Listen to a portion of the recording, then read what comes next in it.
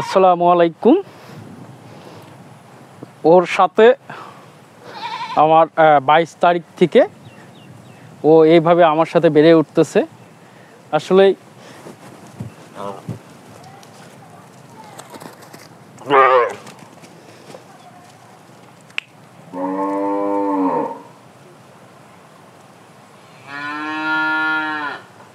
Of করো।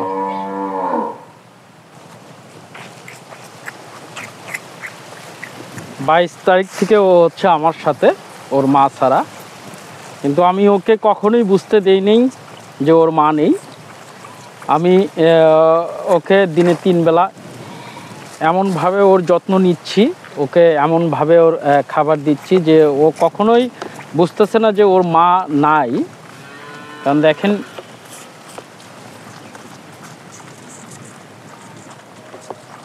আজকে গত 8 দিন ধরে ও হচ্ছে আমার কাছে। ওর বয়স আজকে 1 মাস।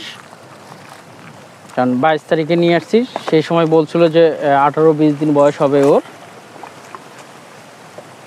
তো আলহামদুলিল্লাহ, মা ছাড়া সুন্দরভাবে ও বেড়ে উঠতেছে।